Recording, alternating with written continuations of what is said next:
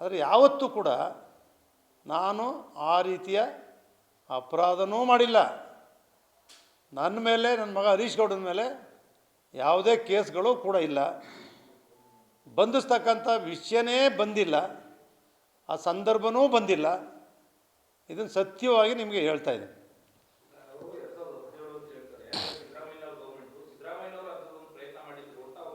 ಸಿದ್ದರಾಮಯ್ಯನವರು ಯಾವತ್ತೂ ಕೂಡ ಜಿ ಟಿ ದೇವೇಗೌಡನ ಬಂಧಿಸಬೇಕು ಅಂತೇಳಿ ಸಿದ್ದರಾಮಯ್ಯನವರು ಸೇರಿದಂತೆ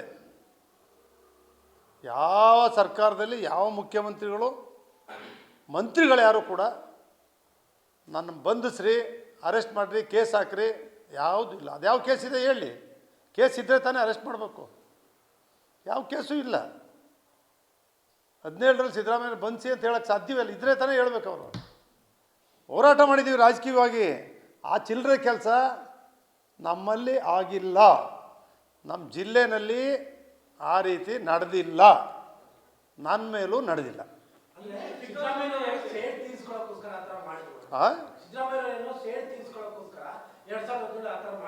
ಸಿದ್ದರಾಮಯ್ಯನವರು ಸೇಡ್ ತೀರಿಸ್ಕೊಳ್ಳೋಕ್ಕೆ ರಾಜಕೀಯ ಮಾಡಿದ್ದಾರೆ. ನಾನು ಸೋಲಿಸ್ತಕ್ಕಂಥ ಎಲ್ಲ ಪ್ರಯತ್ನವೂ ಕೂಡ ಮಾಡಿದ್ದಾರೆ. ಆದರೆ ವೈಯಕ್ತಿಕವಾಗಿ ಜಿ ಟಿ ದೇವೇಗೌಡನ ಮೇಲೆ ಕೇಸ್ ಹಾಕಿ ಅರೆಸ್ಟ್ ಮಾಡಿ ಯಾವತ್ತೂ ಕೂಡ ಹೇಳೋ ಸಂದರ್ಭ ಬಂದಿಲ್ಲ, ಹೇಳಿಲ್ಲ. ನನಗೆ ಅದನ್ನೇ ಅವ್ರು ಬೆಳಗಾವಿ ಅಧಿವೇಶನದಲ್ಲಿ ಬರ್ತಾರೆ. ನಾನು ರೇವಣ್ಣ ಭಾರಿ ಚೆನ್ನಾಗಿದ್ದೀವಿ, ಆತ್ಮೀಯತೆ ಇದೆ, ಒಟ್ಟಾಗಿ ಕೆಲಸ ಮಾಡಿದ್ದೀವಿ. ನಾನು ರೇವಣ್ಣವ್ರನ್ನ ಬೆಳಗಾವಿನಲ್ಲಿ ಕೇಳೇ ನಿಮ್ಮ ಸಂಪೂರ್ಣ ಮಾಹಿತಿ ಹೇಳ್ತೇನೆ, ಯಾಕೆ ಹಿಂಗೆ ಹೇಳಿದ್ದೀರಿ ಅಂತ. ಅಷ್ಟೇ ವಿಷಯ, ಬೇರೆ ಏನಿಲ್ಲ. ಧನ್ಯವಾದಗಳು ತಮಗೆಲ್ಲ.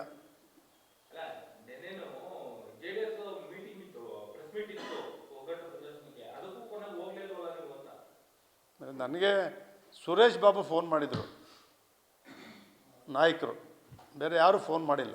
ಸುಮ್ಮನೆ ನಾವು ಕರೆದೋ ನೋಡಪ್ಪ, ನನಗೆ ಚುನಾವಣಾ ಸಂದರ್ಭದಲ್ಲಾಗಲಿ ನಾನೇ ಪಕ್ಷದ ಮೀಟಿಂಗ್ಗಳಿಗೆ ನಾನೇ ಕರಿತಿದ್ದೆ. ಮಹೇಶ್ ಅವ್ರು ಕರಿತಿದ್ದೆ, ಪುಟ್ಟರಾಜ್ ಅವ್ರು ಕರಿತಿದ್ದೆ, ನಮ್ಮ ನಾಗಮಂಗಲ ಸುರೇಶ್ ಗೌಡನ ಕರಿತಿದ್ದೆ, ಎಲ್ಲ ಕೋರ್ ಕಮಿಟಿ ಇದ್ದರು. ನಾನೇ ದೂರವಾಣಿ ಮಾಡಿ ಅವ್ರನ್ನೇ ಕರಿತಿದ್ದೆ. ಅವ್ರು ಯಾರೊಬ್ಬರು ನನಗೆ ಮಾತಾಡಿ, ಅವರೆಲ್ಲರೂ ನನಗೆ ಗೊತ್ತಿಲ್ಲ, ನಾವೆಲ್ಲ ಚೆನ್ನಾಗಿದ್ದೀವಿ, ಎಲ್ಲ ಸ್ನೇಹಿತರೆ. ಅವರು ಕೂಡ ಯಾವತ್ತೂ ನನಗೆ ಮಾತಾಡ್ಸಿಲ್ಲ. ಪಕ್ಷದ ವಿಚಾರದಲ್ಲಾಗಲಿ ಚುನಾವಣೆ ವಿಚಾರದಲ್ಲಾಗಲಿ ಮತ್ತೆ ಪದೇ ಪದೇ ಸ್ಪಷ್ಟಪಡಿಸ್ತೀನಿ, ಯಾರು ಕೂಡ ನನ್ನ ಕಾರಣ.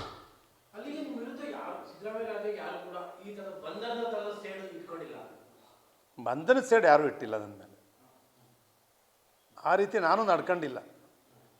ಹಾಗಾಗಿ ಬಂಧನದ ಸೇಡು ಆಗೋ ಮಟ್ಟಕ್ಕೆ ನಾವು ಮಾಡಿಲ್ಲ, ಅವರು ಯಾವ ರೀತಿ ಪ್ರಯತ್ನ ಮಾಡಿಲ್ಲ.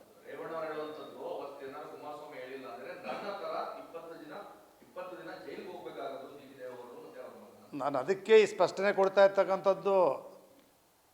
ಕುಮಾರಸ್ವಾಮಿಯವರು ಹೇಳ್ತಕ್ಕಂಥ ಪ್ರಮೇಯ ಬಂದಿಲ್ಲ, ಅಂಥ ಸಂದರ್ಭವೇ ಒದಗಿ ಬಂದಿಲ್ಲ, ಅಂಥ ತಪ್ಪು ನಾವು ಮಾಡಿಲ್ಲ.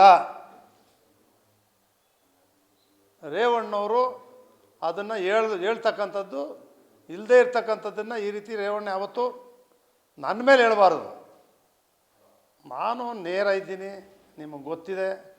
ಇಂಥ ಸಂದರ್ಭದಲ್ಲಿದ್ದರೆ ಮಾಡಿಸಿದ್ಲೇ ಅಂತ ಹೇಳ್ತೀನಿ. ನಾನು ಒಂದೇ ಒಂದು ಸಂದರ್ಭದಲ್ಲಿ ದೂರವಾಣಿ ತಗೊಂಡು ಫೋನ್ ಮಾಡಿ ಮಾಡಿಸಿ, ಒಬ್ಬರಿಗೆ ವೈಯಕ್ತಿಕವಾಗಿ ನಾನು ಮಾಡಿಸಿಲ್ಲ.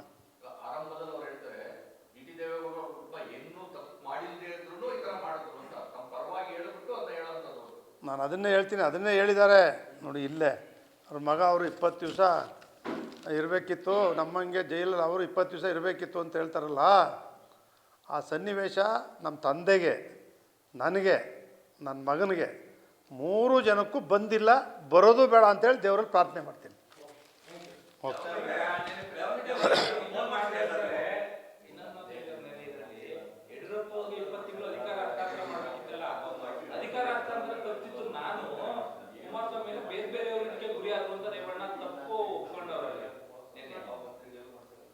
ನಿಮಗೆ ಇದು ರೇವಣ್ಣವ್ರು ಇವತ್ತು ಹೇಳವ್ರೆ, ರಾಜ್ಯ ಜನಕ್ಕೆ ಗೊತ್ತಿತ್ತದೆಲ್ಲ, ಗೊತ್ತಿಲ್ಲ ಅಂತ ತಿಳ್ಕೊಂಡವ್ರೆ. ಎಲ್ರಿಗೂ ರೇವಣ್ಣ ಇವತ್ತು ಸತ್ಯ ಒಪ್ಕೊಂಡಿದ್ದೀನಿ, ಕ್ಷಮಿಸಿ ಅಂತಲೇ ಕೇಳವ್ರೆ. ಅದು ಅವರೇ ಹೇಳೋರಲ್ಲ, ಕ್ಷಮೆ ಇರಲಿ, ಪೇಪರಲ್ಲಿ ನೋಡಿದೆ ನಾನೇ ತಪ್ಪಿಸಿದ್ದು, ಅದೆಲ್ಲರಿಗೂ ಗೊತ್ತಿರೋ ವಿಚಾರ.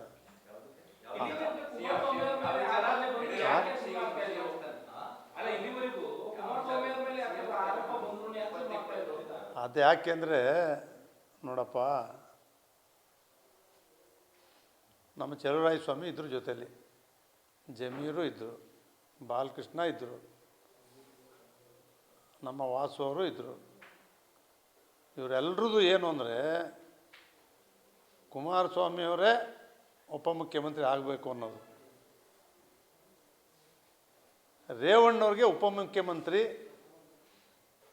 ಸಿಗಲಿಲ್ಲ ಅನ್ನೋ ಕಾರಣಕ್ಕೆ ರೇವಣ್ಣವರು ದೊಡ್ಡವ್ರ ಜೊತೆ ಮಾತಾಡಿ ಇದನ್ನು ತಪ್ಪಿಸೋದು ಅಷ್ಟೇ.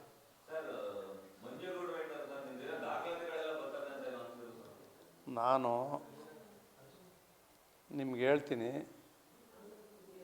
ಏನೋ ಅಪ್ಪಿತಪ್ಪಿ ಮಾತಾಡಿದ್ದೀನಿ. ನಾನು ಇವ್ರಗಳ ಬಗ್ಗೆ ಇನ್ನು ಅವ್ರು ಏನೇ ಮಾತಾಡಿದ್ರು ನಾನು ವಿರುದ್ಧವಾಗೇ ಕಳ್ಳ ಅಂತ ಕೊಟ್ಟರು ನಾನು ರಿಯಾಕ್ಟ್ ಮಾಡಲ್ಲ. ನಾನು ರಿಯಾಕ್ಟೇ ಮಾಡಲ್ಲ.